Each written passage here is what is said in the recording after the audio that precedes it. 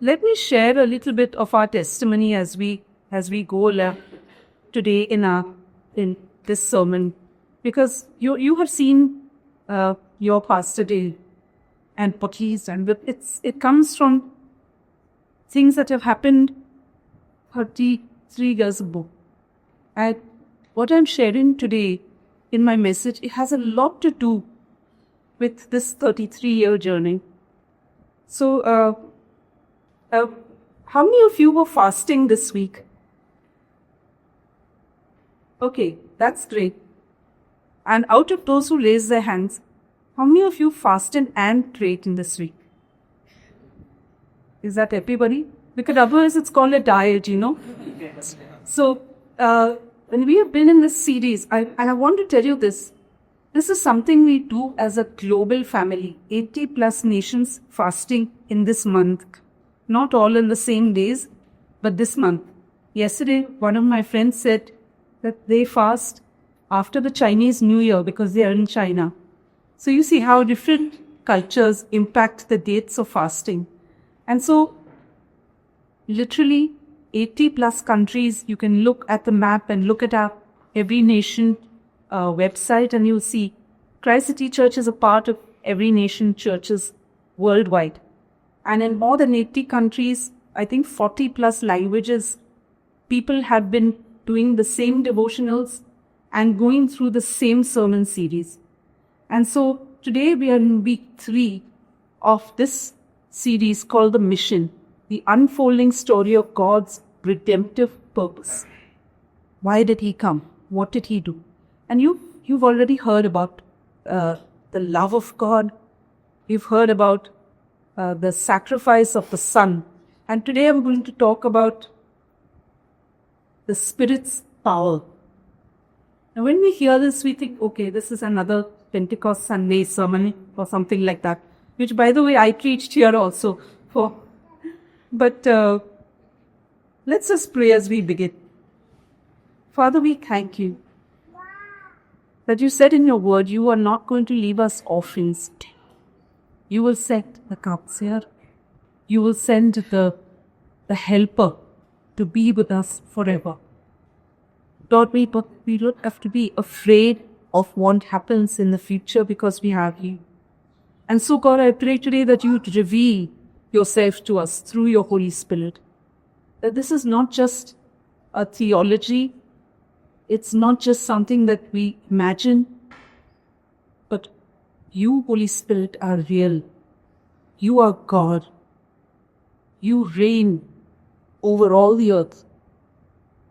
In Jesus' name, amen. How many of you would know? This is, open question. When was the Holy Spirit first seen in the Bible? Day of Pentecost. Day of Pentecost. Yes. Genesis 5. Sure. Anyone knows what that verse says? You can open your Bible. Very short. Hovering over the water. The Spirit was hovering over the depths or over the waters. And that's when the Holy Spirit. So the Holy Spirit was not invented at Pentecost, just like Jesus was not invented at Christmas, right? He was there right from the beginning. And today I want to talk about this passage in John chapter 20. Now, let me give you a little bit of a background. So, Jesus has died on Good Friday, and he had told his disciples long before that he was going to rise again on the 3rd day. Nobody remembered that. They were scared. Even while he was being arrested, a few of them tried to follow him, like Peter, but all of them fled in the end. Probably only John was left at the women. How many of you know the women are the strong ones, right? The women stayed there. They were there next to the cross the whole time. Okay, so this is the background. They're terrified. Then comes Saturday. It's the Sabbath, and in the Jewish practices and traditions, you can't really travel much on the Sabbath. You can only walk a few, some certain number of meters and nothing more. So all of them are kind of lying low and say, okay, maybe things will slowly calm down. But then comes Sunday. And Sunday, early in the morning, some of the women went to the tomb to anoint the body of Jesus because they didn't get the time on Friday. Like it was becoming sunset soon, they had to stop. So they'd go back with all these spices and aromatic herbs and stuff that they would normally anoint a body with. When they reach there in the morning, the stone is rolled away, the two guards have fainted somewhere, and Jesus is nowhere to be found. And they are terrified, these women. They come running back to the house where all the disciples are kind of hiding, and they tell them, Peter and John go running back to the tomb to see what is going on. And they peep inside and they see only some cloth lying over there. In the meanwhile, they go back to tell the others, and in the meanwhile, Mary Magdalene, one of the disciples, she is just sitting there and wondering, stunned at what is happening. She's probably thinking, I've carried all these sacks and come here, and now what am I to do? She doesn't know what to do, and suddenly Jesus appears before her. And she goes back and says, I have seen the Lord. So this amazing thing happens, but at the same time, no one really believes them. Everyone thinks it's kind of, you're imagining it. It's something that, you're kind of thinking positive and you're remembering the stuff he said. So Sunday evening, rest of the day, they are scared. They're saying, okay, this is probably the Romans or the Jews that have come and taken his body, and they're trying to make a fool of us. So now they will get all of us and arrest us and kill us. And they don't know what to do. And this says, on the evening of that first day of the week, which is that Sunday, when the disciples were together with the doors locked for fear of the Jewish leaders, Jesus came and stood among them and said, Peace be with you. After he had said, he showed them his hands and his side. The disciples were overjoyed when they saw the Lord. And this is a beautiful passage. You see what happens here? The first thing it says is that they were afraid. The doors were locked and they were afraid for fear of the Jewish leaders. Then Jesus comes and says, Peace be with you. And in Arabic, anyone knows what the greeting is? That's in Hebrew. Shalom. In Arabic, it's Assalamu alaikum. Yeah? Wa alaikum assalam. Thank you. So, this is, they all mean the same thing. When you say shalom, it means peace. And assalamu alaikum also means peace be with you. So, Jesus comes and just says that. And these people, fear now becomes overjoyed. They're so happy. They've seen Jesus and their fear has gone away, at least for that time. You see, what happened here is that peace began with the presence of God. Peace began with the presence of God. When he came, immediately their fear had turned to peace. Now, how many of you would say you have been terrified at some time?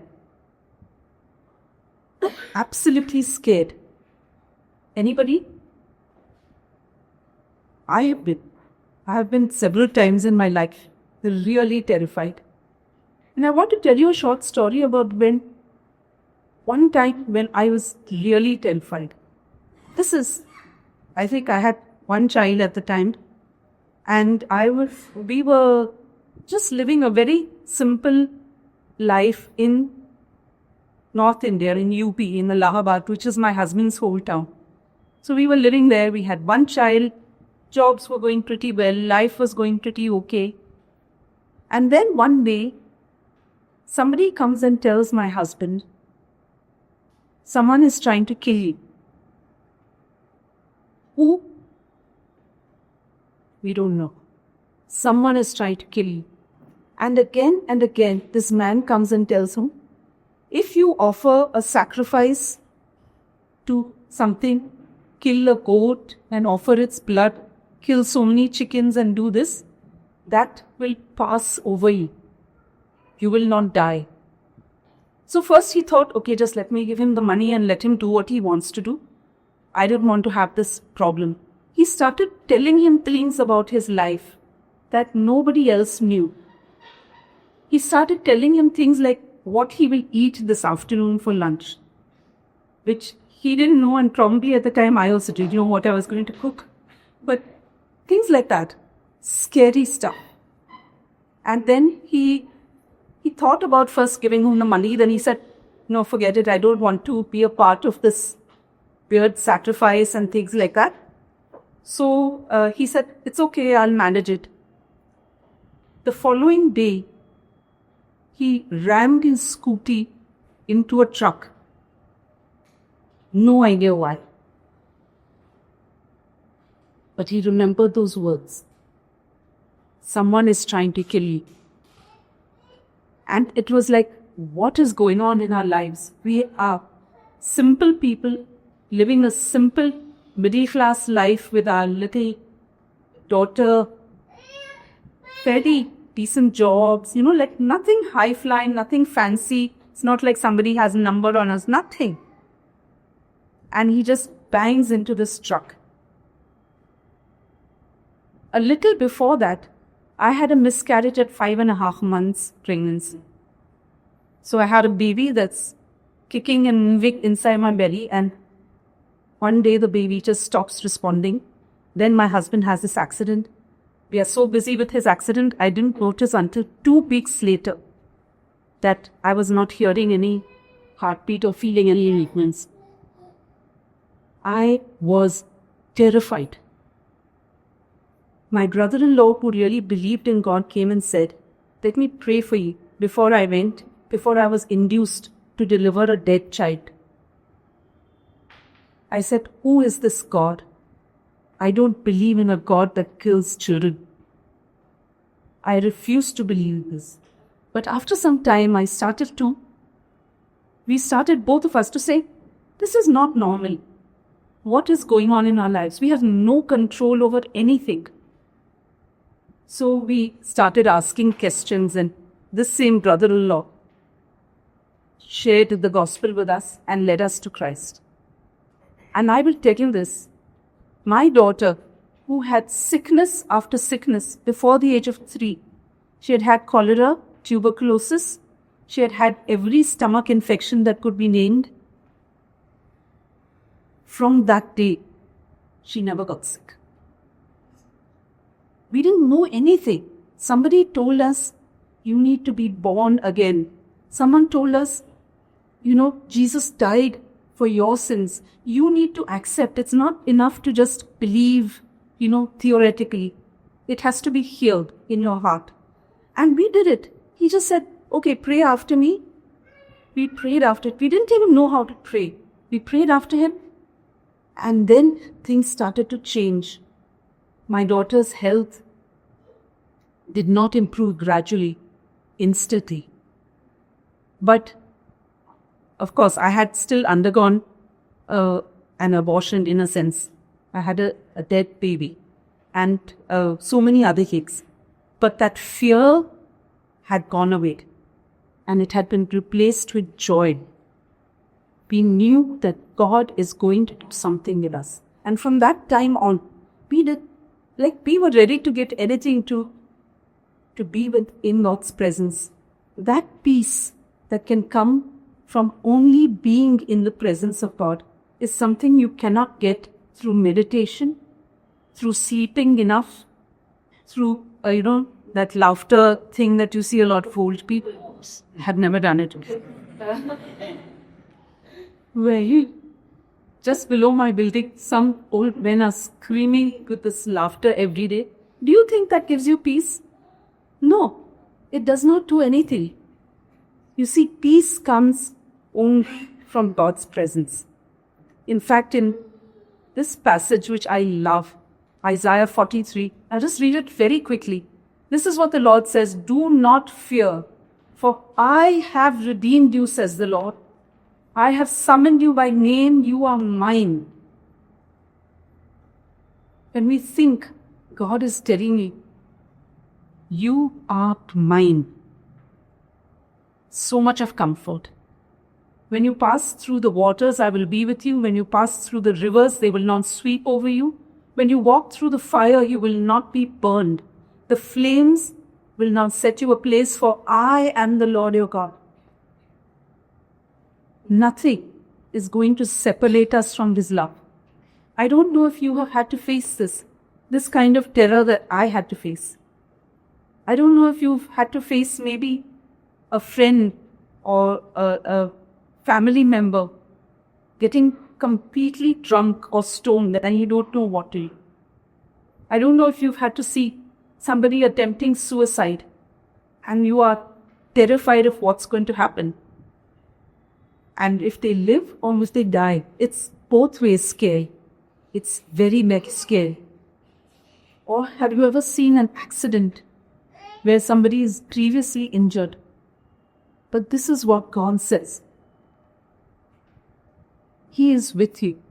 He has called you by name. You see, fear had changed to joy when the disciples saw Jesus. But peace is something that can come only from God. Generally, when we define peace, how do we say that? I searched in the dictionary, peace is the absence of conflict. Isn't something that you can only define with negatives? You can have no conflict in your lives and still not be at peace, right? So peace is not the absence of conflict. And I searched everywhere, I found this theologian who has written a book on Greek, studied Greek and studied all these words. And he said, peace is the tranquil state of a soul. Let's break this down. Tranquil state of a soul, assured of its salvation through Christ. 100% sure that you belong to Christ, and so fearing nothing from God. And content with its earthly lot of whatsoever sort that is. Some of you may think, if I make a lot of money, I will have peace. Anyone feels that if my salary goes up to maybe, 5 lakhs a month, that sounds like a great place to be, isn't it? Peaceful. Some of us think that if I have good health, I will have peace. Some of us may think that, if I understand me, if I know everything, I will have peace. But we cannot get peace through that. In fact, in the previous verse, God said, when you walk through the fires, when you pass through the rivers, when you walk through the waters, and He talks about fire. Why is it that the people who God loves and says, you are mine, why are they going through all this? Rivers and water, floods and fire and all of this stuff. You see, peace is being, as Joseph Henry Thayer said, content with its earthly lot, fearing nothing that comes through God. And whatever that might be. And so we go to the next part of what I had said earlier. Jesus appeared to them. He came in through closed doors and He said, peace be with you.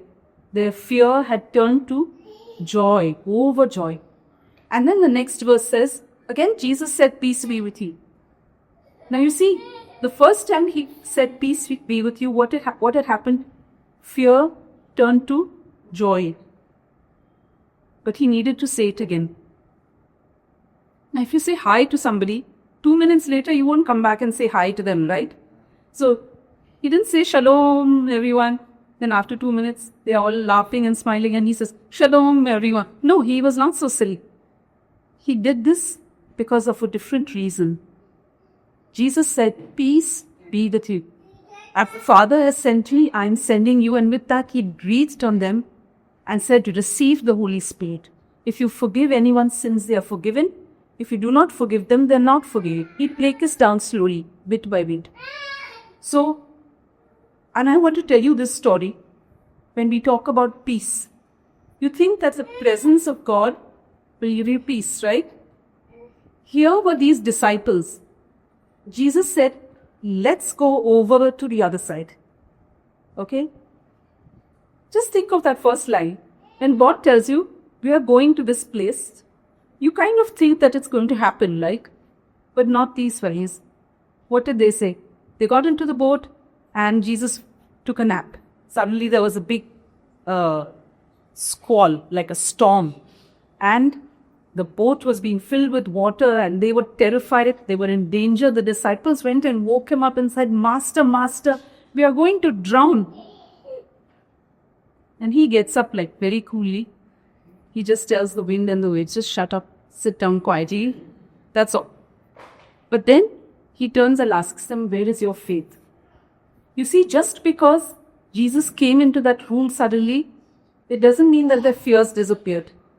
Just because Jesus was in the boat with them, he had already told them we are going there. They should have trusted it, right? That it will happen anyhow. Even if we have to swim maybe, but it will happen. But here they are, terrified, even though the presence of God is with them. Now we can all be that way. And I want to tell you the next part of my story, further along the line. And now we have 3 children. Life is going well. We are living in Allahabad. Everything is good. Lots of peace. But something started stirring in us. That was not peace. We knew God was in it, though. We knew that God was in the boat with us. But we had this idea that we should move to Mumbai. And this is, let me tell you, David was just born. So this is the time. We are saying, okay, let's move to Mumbai. No idea how we are going to do it, what we are going to do. My husband came earlier, found a job in Mumbai, and then he came back and brought us all, me with 3 small children. David was 25 days old. And we moved. So we moved to Mumbai, and then again that's this turmoil. God, if you called us here, why is it not peaceful? It looks like we are going to drown. We are struggling with this. We did it because of you, we are telling God. You told us, move. So we are moving. And it was tough. And through a series of events, my husband got a job in Dubai. And we go to Dubai, it's equally tough there. It's like when you convert rupees into dirhams, dirhams into rupees rather, it seems like a lot of money. When we go there, it's barely enough to live. Forget about 3 kids. Struggling and struggling and struggling, and there was just absolutely no real peace in our hearts. But slowly we said we are going to trust God. We are not going to say, Jesus is not going to have to say, where is your faith? You see, the disciples had the presence of Jesus, but they did not have peace. But when he said, peace be with you, and then he said, receive the Holy Spirit, something changed. And then we began to see in our own lives that the Holy Spirit is doing something in our hearts. We moved to Dubai. We said, let's make the most of it. And I'll tell you this, in the midst of all of that, God showed up in so many amazing ways. You see, when Jesus breathes on your life and you are filled with the Holy Spirit, it doesn't have to be an event. I ask God to breathe on my life every day. I say, Lord, I want more of you. You have said that you have promised a counselor, someone to be with me always. I don't want yesterday's presence. I don't want yesterday's bread. I want fresh anointing, fresh presence. And you see, we need power to be at peace. The Holy Spirit is power. You can have peace when you see the presence of God. But if you're not walking in the power of that presence every day, and that peace quickly disappears. You see, even if you are in the middle of a storm, if you are in the middle of a calamity, you can still be calm. When things are going crazy, you can still be calm. And we have had many, many things that have been, going crazy. But the power it's like a plug. When you plug it in, the power comes through. And the Holy Spirit gives us this power to be in peace. I don't know if you have ever felt this way. You can be in the middle of a very difficult situation and still be at peace. You can be in the middle of tough times and still be peaceful. And we have had many such occasions. When we moved to Dubai, as I told you, we had no money. We just had enough to pay our rent, to buy some food, and that's it. Like, if something goes wrong and someone gets sick, then there's absolutely no cash to do anything. But God showed us time and time again. People did not know about our financial situation, would come and say, hey, I got meat on this offer and it's too much for me. So they would give us half. Never knowing for us it was like, wow. We struggled, but right through it all, we had peace. We knew that there was something that God was doing. And after some time, situation began to change. In about 2 years or so, things began to change. But through those 2 years, God taught us to trust Him. He gave us the power to believe Him even in the fire and in the flood. Let me tell you, when we had so little money, we learned to give to God a time. We started giving 10% when we could not even live on the full salary that we had. We started getting promotions because of that. God started showing us His favor. He had promised that He is with us, and by the power of His Spirit, He provided day after day after day for us. I got an excellent job in the Dubai government, comfortable working hours. I was out of the office at 2:30 in the afternoon, so I could be with my kids.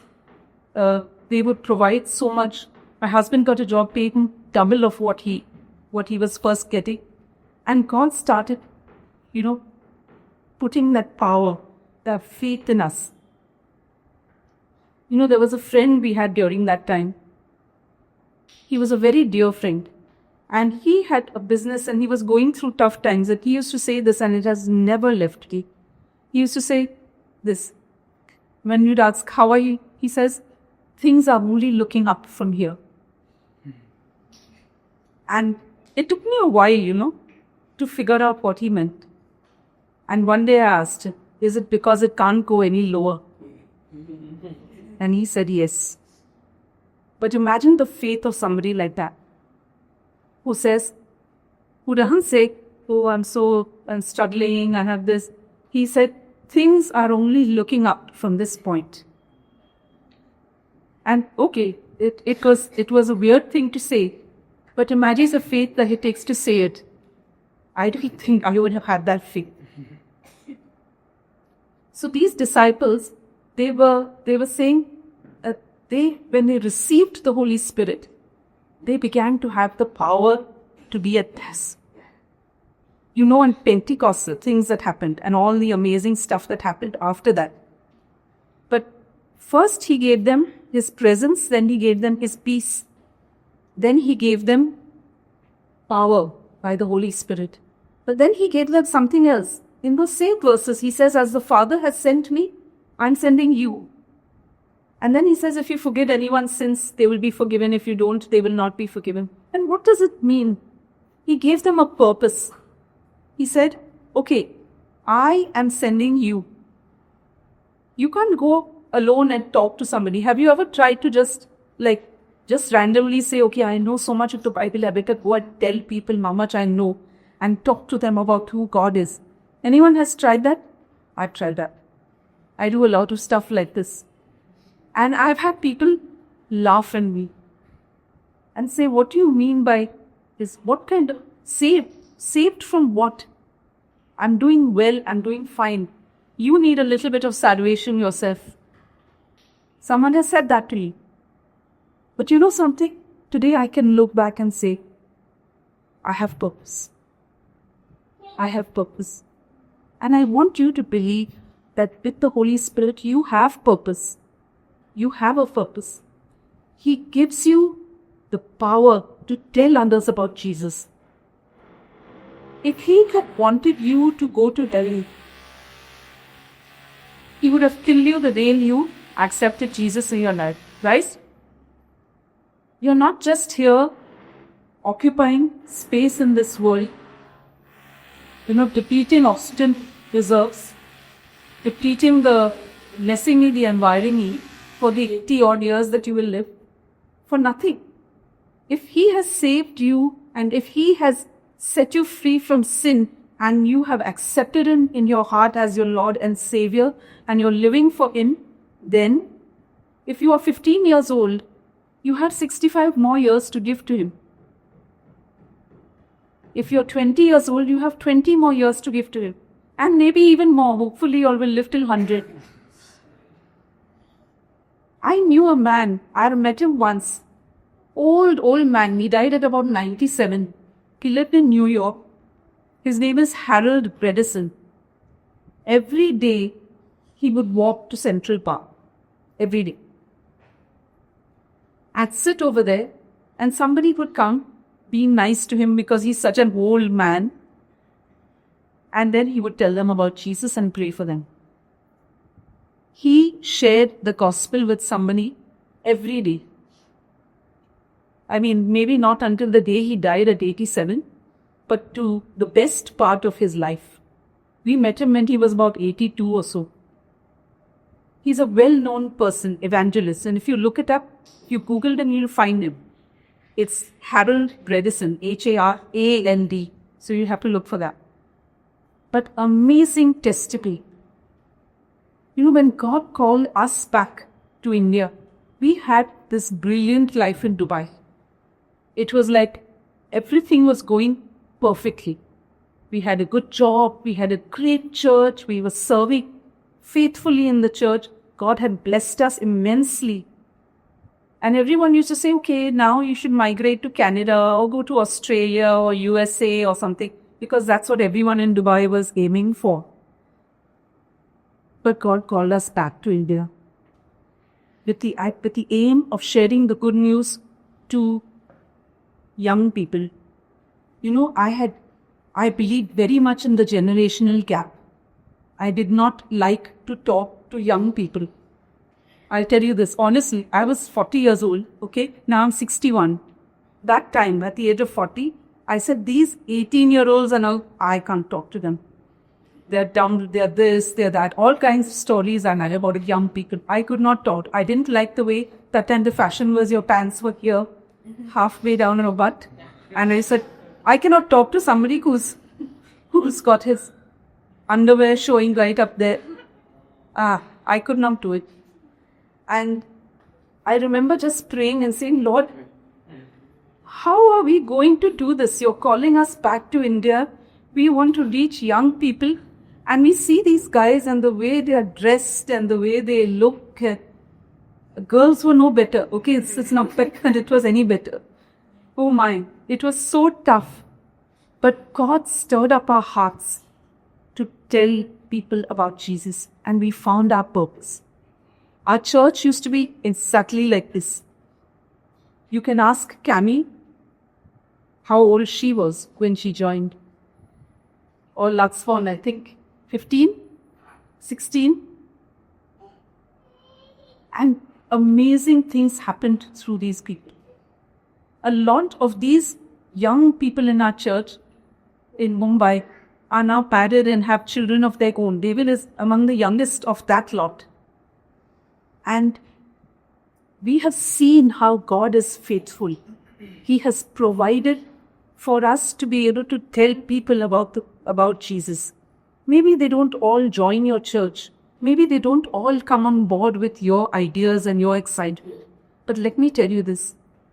If you preach the gospel, if you tell somebody about the love of God, I can guarantee you this. You will change a family line. That's what happened to us. Our parents did not really put their faith in Jesus. They put their faith in religion, but not in Jesus. But do you know what happened? When we didn't, we saw our whole family changed. All 3 of our children's lives changed. And we will never go back to the way we were before. In fact, how amazing it is that we shared the love of God and we told our parents about Jesus. And I can say that my mother-in-law is still alive, but the other 3 parents have passed away. All 3 of them accepted Jesus in their hearts. Through their children. Through their children. And God is going to do that for you as well. You see, when you have that power in your life, the Holy Spirit's power, you have the peace that will allow breakthroughs in your life. That father who may be alcoholic, I don't know if that's any of you. That brother or sister who is no longer speaking to you, or uncle or aunt or somebody. The breakdown in relationships, the struggles with jobs, the struggles with a pattern of loss in your family. The Holy Spirit has the power to bring breakthroughs in your lives. He can restore peace in the middle of that mess. He can give you joy. And who knows, He's going to bring that family member back into a right relationship with Him. So today, let's just pray and ask God. Let's ask Him boldly for His Holy Spirit. Let's ask for the presence of God. Confirm in your heart, do you really know Christ? Is your salvation in Christ assured?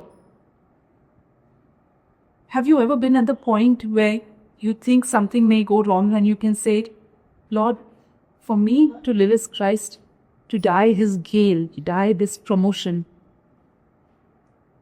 Secondly, if you have the peace of God, in the midst of the fire, can you be at peace? Can you believe for those breakthroughs right while you are in the mess? Then do you have the power of God, the power of the Holy Spirit that enables you to be at peace even in the mess and gives you that breakthrough? And stand strong. Then you have the purpose of God. Can you tell someone? Let me ask you this. Find 3 people this week and just tell them about what God has done for you. They won't say you're crazy because you're talking about yourself. You're not telling them what their problem is. You're talking about yourself. And God is going to do amazing things for you. If you need prayer, please don't hesitate to come to your pastors and your leaders and talk about this. Let me say, nothing that you are going through is unique to you. Nothing. Everyone has been through something like that, and you can trust God for the power of the Holy Spirit to give you breakthroughs, to give you victories, and for you to be able to stand up here one day and say, look what God has done for me. Look how He used me. Look how He brought me through the fire. And you will be able to do the same. And I had many more fires that I'd have to go through. But I know and I have confidence that the power of the Holy Spirit has never left me and will be stronger in the days to come. Amen.